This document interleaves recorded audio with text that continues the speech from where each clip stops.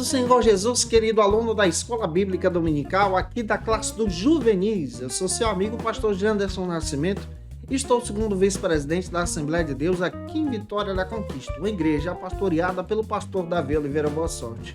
E hoje, pessoal, para a glória de Deus, nós chegamos na lição de número 2 desse segundo trimestre da CPAD em 2022, onde nós vamos trabalhar sobre a plenitude dos tempos, compreendendo aí a respeito do Novo Testamento, que é a nossa jornada desse trimestre. Gente boa, você que está chegando por aqui pela primeira vez, aproveita e se inscreve no canal, tá? Faça ser um dos nossos alunos, me ajude a alcançar 100 mil alunos aqui no canal, passar desses números, glorificando a Jesus. Deixa teu comentário aí, hashtag Glória a Deus, teu joinha, teu gostei, é importante você fazer isso também. Eu estou comentando as lições de adultos, jovens, juvenis, discipulado, adolescentes, vencedores, pré-adolescentes também. Tem muita coisa boa aqui no canal, inclusive o nosso site Facilita EBD, que tem recursos assim, extraordinários para as classes de adultos e jovens, e você pode indicar esse material para quem você conhecer também. Então, vamos deixar de conversa e vamos para a aula de hoje, em nome do Senhor Jesus.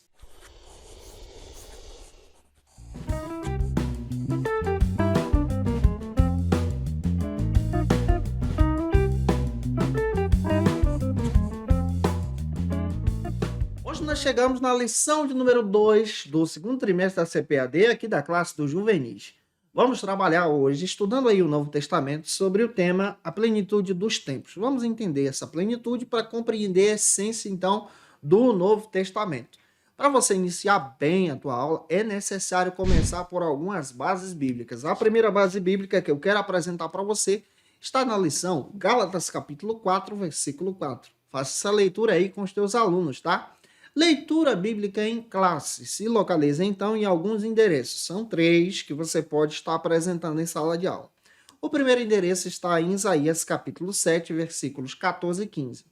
O segundo está em Gálatas, capítulo 4, versículo 1 ao 7. O terceiro está em Lucas, capítulo 24 agora, 25 ao 31, dica básica. Inicie a tua aula lendo esses versículos compassadamente, compartilhando para os teus alunos aí também essa leitura bíblica, para que eles possam ser um instrumento em Jesus também. Vamos então para a nossa aula de hoje em Cristo. Eu espero que Deus te use poderosamente para a glória do seu nome. Quando nós estudamos a Bíblia, nós descobrimos que a Bíblia ela é a palavra de Deus. É muito importante você levar isso em consideração. A partir do viés da teologia liberal, a teologia liberal ela defende que a Bíblia contém a palavra de Deus. Ou seja, em algumas partes da Bíblia é palavra de Deus, em outras não. Nós não defendemos isso. Nós, crentes pentecostais, não acreditamos nessa linha de pensamento. A nossa linha de pensamento defende que toda a Bíblia é palavra de Deus. De Gênesis a Apocalipse é palavra de Deus. Estudamos no trimestre passado sobre o Antigo Testamento. Nesse trimestre, sobre o Novo. Nós precisamos retornar exatamente essa composição de entender o Antigo para entender o Novo. O Antigo Testamento ele é formado por 39 livros. Pega isso para poder destacar para os teus alunos também. E é dividido, então, em 5 grupos, conforme Timóteo quer. O primeiro grupo do Antigo Testamento ele é conhecido como Pentateuco. O Pentateuco se inicia em Gênesis e vai até Deuteronômio. O segundo grupo do Antigo Testamento é conhecido então como livros históricos. Pega isso aqui. Ele se inicia então no livro de Josué e vai até o livro de Esther. É um conjunto de 12 livros. O terceiro conjunto, o terceiro bloco do Antigo Testamento são então os livros poéticos, que começam com Jó e vão até Cantares de Salomão. O quarto conjunto do Antigo Testamento é conhecido agora como os profetas maiores, como nós já estudamos aqui. Eles se iniciam em Isaías e vão até Daniel. O quinto conjunto, ele é conhecido como profetas menores, que começam no livro do profeta Oséias e vão até o profeta Malaquias. Nós já estudamos sobre todos esses textos no trimestre passado. Só estou pincelando para você guardar e relembrar os teus alunos. Agora, no Novo Testamento, vamos apresentar a seguinte divisão. O Novo Testamento ele é formado por 27 livros. Pega isso. Também está dividido em 5 conjuntos, que eu quero destacar para que você faça esse mapinha em sala de aula, entendendo a respeito desse Novo Testamento, que é riquíssimo para a gente. O primeiro conjunto do Novo Testamento é conhecido como os Evangelhos, que se iniciam com Mateus, Marcos, Lucas e João. São 4. Você pode registrar isso aí e apresentar em sala de aula. O segundo conjunto do Novo Testamento é conhecido como História. Ele é formado apenas por um livro, ou seja, Atos dos Apóstolos. Esse é o único livro que é o livro histórico do Novo Testamento. Diferente do Antigo, que tem 12. Aqui no Novo Testamento só tem um, que é Atos dos Apóstolos. O terceiro conjunto, ele é conhecido então como as Cartas Paulinas, gente. As Cartas Paulinas, Paulo escreveu, se você não sabe, 13 epístolas no Novo Testamento. Essas 13 epístolas estão presentes na Bíblia. Começam em Romanos e vão até Filemão. E você pode dividir esse terceiro conjunto em uma sequência de trabalhos que Paulo fez para ficar fácil, então, o teu entendimento. Eu vou dividir ela com você. Dentro desse terceiro conjunto, dentro das cartas paulinas, você pode dividir as cartas paulinas em 3 grupos. Então, eu estou no terceiro conjunto, que são as cartas paulinas, e dentro das cartas paulinas eu posso fazer 3 divisões. Vamos pegar as 3 divisões. A primeira divisão, ela é conhecida como doutrina. Doutrina significa ensino. Que cartas são essas que Paulo escreveu que fazem parte da doutrina e você pode apresentar em sala de aula? São Romanos, 1ª e 2ª Coríntios, Gálatas, 1ª e 2ª aos Tessalonicenses. Esse é o primeiro conjunto, conhecido como doutrina. Anota e passa para os teus alunos. Dentro desse terceiro conjunto do Novo Testamento, que são as cartas de Paulo, nós temos o segundo conjunto, que é conhecido como epístolas da prisão. São as cartas que Paulo escreveu quando estava preso, gente. Que cartas são essas? Efésios, Filemão, Filipenses e Colossenses. São 4. As epístolas da prisão. Anota e passa adiante. O terceiro conjunto, dentro do terceiro conjunto do Novo Testamento, é conhecido agora como epístolas pastorais. São as cartas que Paulo escreveu como um bom pastor orientando novos pastores. Que cartas são essas? 1 Timóteo, 2 Timóteo e Tito. Então, nós fechamos aí o terceiro conjunto de todo o Novo Testamento, dividindo também em 3, que são os textos de Paulo. O quarto conjunto, galera, do Novo Testamento é conhecido como epístolas gerais, ou em algumas versões, epístolas universais ou católicas. A palavra católica é uma palavra latina que significa universal, ou seja, para toda a igreja. Que cartas são essas? Elas começam então em Hebreus e vão até a epístola de Judas, lá no Novo Testamento.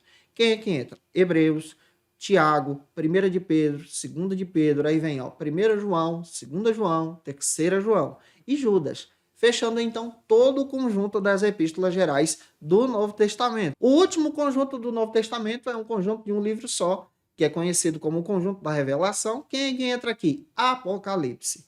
Hoje nós vamos estudar sobre essa formação então do Novo Testamento. A plenitude dos tempos, ela acontece exatamente para preparar o caminho para o nascimento de Jesus, para a encarnação de Jesus. Gente, a doutrina da encarnação, ela é tão fundamental como a doutrina da ressurreição.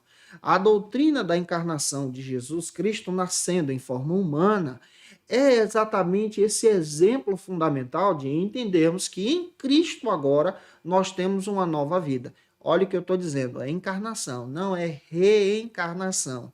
Reencarnação é a doutrina espírita e a gente não defende isso. O que nós ensinamos é a doutrina da encarnação. Cristo, sendo Deus, se fez em forma humana, se tornou humano. João, capítulo 1, versículo 14. Ele nasceu. E ele nasceu no momento certo, na hora certa. A morte de Cristo aconteceu no momento certo, na hora certa. A ressurreição de Cristo aconteceu no momento certo, na hora certa. E a Bíblia chama isso de plenitude dos tempos. Tentando explicar tudo isso para você, espero ajudar você hoje em sala de aula. Se eu estou te ajudando, deixa aí teu comentário, teu likezinho, ou participa com a gente também. O primeiro ponto da aula de hoje trata então sobre o seguinte assunto. Cristo, o tema central da Bíblia. Vamos entender a respeito da Bíblia e compreender exatamente sobre essa proposta do Novo Testamento. Mas antes de entender sobre essa proposta do Novo Testamento no primeiro ponto, eu preciso olhar para o Antigo. O tema central da Bíblia é Jesus, gente. Desde o Gênesis ao Apocalipse, Cristo está no centro. Em cada livro da Bíblia, nós encontramos, então, Jesus aparecendo, Jesus se manifestando. Em outras palavras, todos os textos da Bíblia apontam para Jesus. Em Gênesis, nós encontramos Jesus como o Criador. Ele está presente, ele é Senhor. Em Êxodo, nós encontramos Jesus como libertador. Em Levítico, ele é o supremo sumo sacerdote. Você observa isso dentro da Bíblia, em cada texto, apontando então para Jesus. Os profetas do Antigo Testamento fizeram questão de falar a respeito do nascimento do Messias, que é Jesus, e eles destacaram o local, eles destacaram características, então, desse nascimento, como esse nascimento ocorreria, que seria um nascimento onde Cristo se encarnaria de forma espetacular a partir de uma virgem, nasceria a partir de uma virgem. A Bíblia também destaca para a gente a respeito desses aspectos do seu nascimento, além do que? Da sua vida, morte, e a Bíblia também aponta para a sua ressurreição. No Novo Testamento, nós encontramos em todo o conjunto do Novo Testamento, que esse é o foco da nossa lição, então eu não vou trabalhar tanto o Antigo, porque eu já fiz isso com você no trimestre passado. No Novo Testamento, nós precisamos entender que todo o Novo Testamento aponta para o plano de Deus, aponta para a redenção em Jesus. Todo o Novo Testamento aponta para a salvação em Cristo, a partir da morte de Cristo no Calvário. Ou seja, o tema central de toda a Bíblia é o Cristo. A Bíblia ela tem o objetivo de contar a história da redenção, o plano de Deus para nos resgatar em Jesus. A Bíblia ela foi escrita em um período de 1.600 anos, alguns dizem 1.500 anos. Esse período foi um período longo. Você percebe que a Bíblia é um livro antigo, escrito por pessoas diferentes, em épocas diferentes, situações diferentes. Pega isso aqui. O texto sagrado, ele é escrito então por 40 autores que viveram espécies de conteúdos diferentes, em outras palavras, situações diferentes, experiências diferentes, contextos diferentes, e todos eles relataram a respeito do plano de Deus. É isso que nós encontramos na Bíblia. Cada livro se encaixa um com o outro, demonstrando essa ação poderosa do Espírito Santo em apontar para Jesus. Jesus, ele é profetizado nas Escrituras. Jesus é o centro das Escrituras. E o que Jesus faz? Ele realiza o plano de Deus, o amor de Deus. Então, quando você olhar para a Bíblia, você vai perceber que toda a Bíblia aponta para Jesus. Então, pega isso e apresenta para os teus alunos, descrevendo que Jesus é o centro. Jesus é o centro, ele é o Criador, ele é o Senhor, ele está em toda a Bíblia. No Gênesis ao Apocalipse, ele está presente.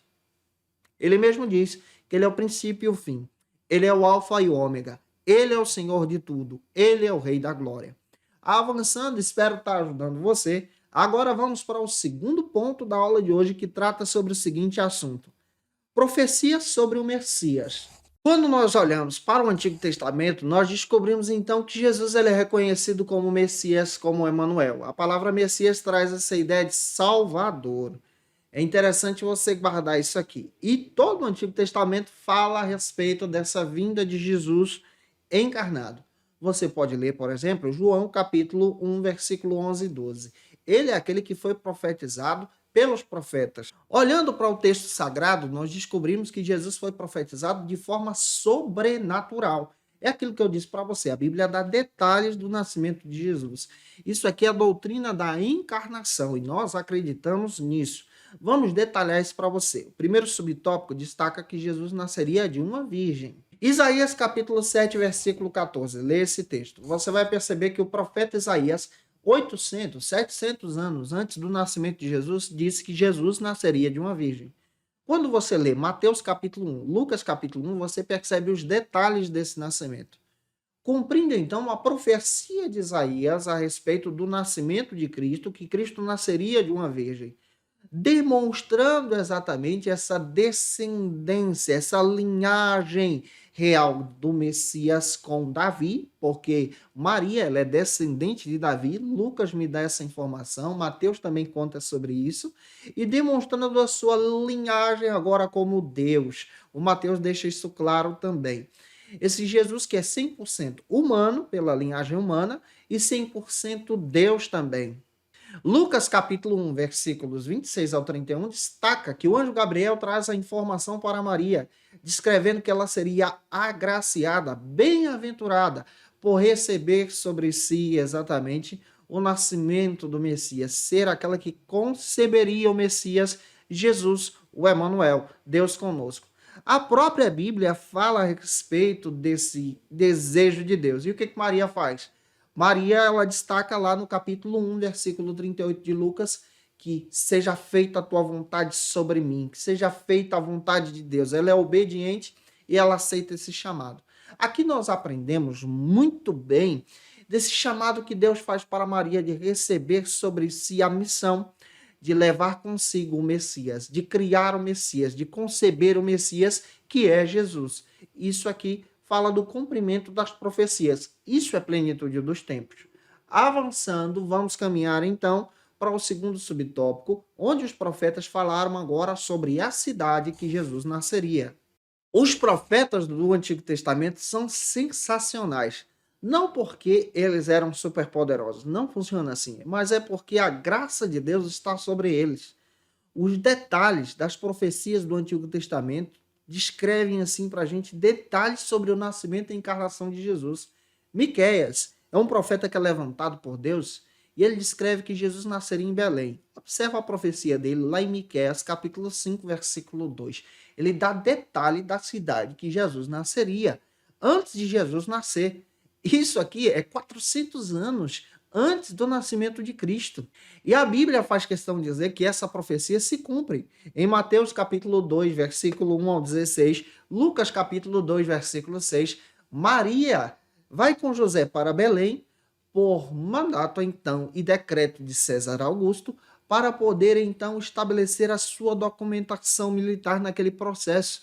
E Cristo nasce exatamente em Belém, porque Maria vai para lá grávida, à beira de dar à luz, cumprindo então toda a profecia do Antigo Testamento, demonstrando esse detalhe sobre a vinda do Messias. Então, a encarnação de Jesus, ela é sobrenatural, ela é predita também. Vamos analisar detalhando um pouco mais sobre isso agora no terceiro subtópico, onde nós vamos entender sobre o seguinte argumento: Deus então conosco. Isaías 7,14 diz que Jesus se chamaria Emanuel. A palavra Emanuel em hebraico traz esse sentido de Deus conosco. Mateus capítulo 1, versículo 22 e 23 fala do cumprimento então dessa profecia. Jesus é esse Deus encarnado conosco, esse Deus presente entre nós, esse Emanuel, o Todo-Poderoso. O João, capítulo 1, ele faz questão de dizer no versículo 14, Cristo é esse Deus encarnado que se fez carne, habitou entre nós, e nós vimos a sua glória como unigênito do Pai. Jesus é esse Deus que revela então essa glória. O João também destaca, lá no capítulo 1, versículo 1 ao 3, que Jesus ele é o verbo é Deus. Ele destaca, olha, esse verbo se fez carne e habitou entre nós. Ele estava conosco, nós vimos a sua glória, está presente em todo o capítulo 1 de João, destacando essa presença de Jesus em nosso meio, entre nós humanos, para cumprir todo o projeto de Deus em nos resgatar a partir da leitura do Novo Testamento. Te ajudando e avançando, o quarto subtópico trata agora sobre o seguinte assunto: a perseguição ao nascer. O profeta Oséias e Jeremias relatam a respeito da perseguição que se levantaria contra Jesus em seu nascimento. Cristo ele foi perseguido por Herodes o Grande, que tenta então perseguir o Cristo em seu nascimento. Isso está demonstrado em Mateus capítulo 2, versículos 13 a 18. É por decreto de Herodes que há então a morte e o assassinato dos inocentes. A própria Bíblia fala sobre isso. Ele manda matar todas as crianças, os meninos de 2 anos para baixo, por causa do seu desejo desenfreado de governar a Judéia e matar exatamente todo e qualquer que se levantaria para poder tomar o trono no seu lugar. O profeta Jeremias profetizou sobre isso lá em Jeremias 31:15. Você percebe o cumprimento dessa profecia em Mateus? Você percebe também o Oséias destacando exatamente em Oséias capítulo 11, versículo 1, descrevendo que a fuga de Jesus para o Egito é por parte de Deus.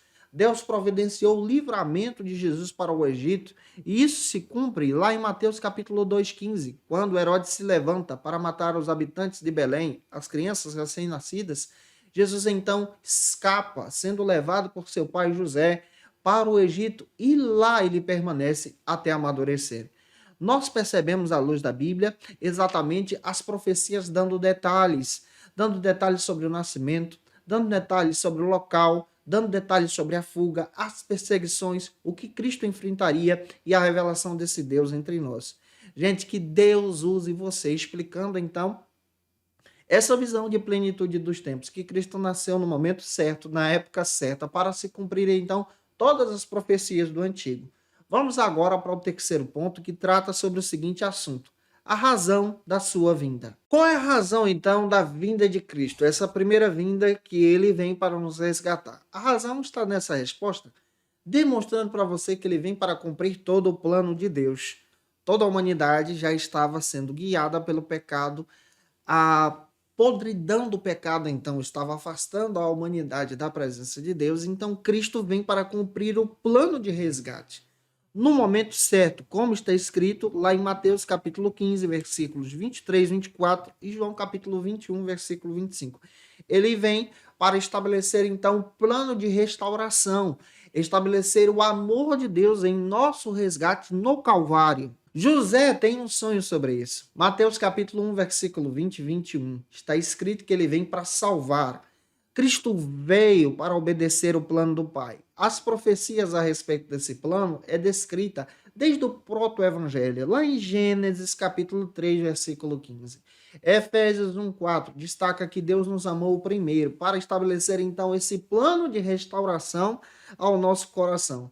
Quando nós olhamos para a Bíblia, então, a partir da ótica do Novo Testamento, Jesus vem para nos salvar. Jesus vem para resgatar você. Jesus vem para poder te dar alívio na alma. Jesus vem para estabelecer todo o plano de Deus. A morte de Cristo agora nos reconecta com Deus. Então ele vem no momento certo, na hora certa, para perdoar então os nossos pecados. Lucas capítulo 7, versículo 48. Nós somos perdoados a partir dessa missão salvadora de Jesus. Marcos 5,34, Lucas 18,42 destaca que a missão de Jesus é nos salvar. Então ele vem com esse objetivo. E já avançando, o quarto e último ponto da aula de hoje trata sobre o seguinte assunto: a plenitude de Deus. O quarto ponto da nossa lição trata agora sobre a plenitude de Deus. Aqui nós vamos entender muito bem a respeito do momento certo, coerente, onde Cristo nasce. Isso fala então da doutrina da encarnação. Lucas 5,20 destaca para a gente que Cristo ele vem para apontar para o plano da salvação em Deus. E esse plano da salvação descreve exatamente esse relacionamento agora com Deus. Cristo vem com o objetivo de apresentar a graça de Deus, o amor de Deus, e todo o Novo Testamento acaba revelando isso. E o método que ele escolhe é o discipulado, para poder guiar os discípulos agora em Jesus e esses discípulos guiarem as pessoas em Jesus também. A Cristo devemos então devotar a nossa adoração. A Cristo agora devemos pautar a nossa fé. A nossa fé está no sacrifício de Cristo no Calvário. Gente, eu espero ter contribuído com você hoje em sala de aula, descrevendo a respeito da plenitude dos tempos. Se eu te ajudei, comenta aí, tira uma foto, marca a gente no Instagram. O teu comentário aqui é muito importante também. Segue a gente no Instagram também.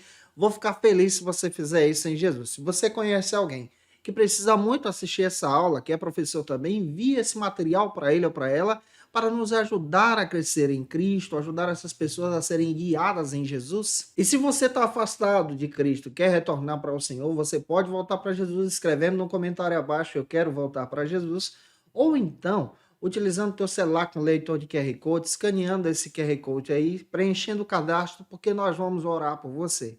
Como dica de leitura, eu quero trazer alguns textos que vão te ajudar muito durante esse trimestre. 2 textos que eu quero trazer como dica de leitura. O primeiro texto é Introdução ao Novo Testamento, do Don Carson, Douglas Moo e o Léo Morris, da editora Vida Nova. Esse material pode te ajudar muito. Também vamos trabalhar a respeito desse tema. Para a aula de hoje, por exemplo, você pode utilizar esse texto aqui, ó. A história do tempo do Novo Testamento, aqui traz uma perspectiva muito legal sobre a plenitude dos tempos também. Ele é da editora Acadêmica Cristã. Gente, que Deus abençoe você. Eu aguardo vocês aqui na próxima lição, lição de número 3, onde nós vamos estudar sobre o seguinte assunto: entendendo então o Novo Testamento. Um beijo no teu coração e até a próxima aula, se Deus quiser. Conheça o Facilita EBD. Acesse já facilitaebd.com.br. uma plataforma exclusiva para você que deseja aprimorar e dinamizar as suas aulas da Escola Dominical. No Facilita EBD você encontra subsídios bíblicos e teológicos para dinamizar as suas ministrações na Escola Dominical, cursos bíblicos para aprimorar e te ajudar na sua leitura completa da Bíblia, treinamento dinâmico para professores e líderes da Escola Dominical. Tá esperando o quê para ser um dos nossos alunos? Vem pro Facilita EBD e torne-se um dos nossos assinantes. Acesse já facilitaebd.com.br.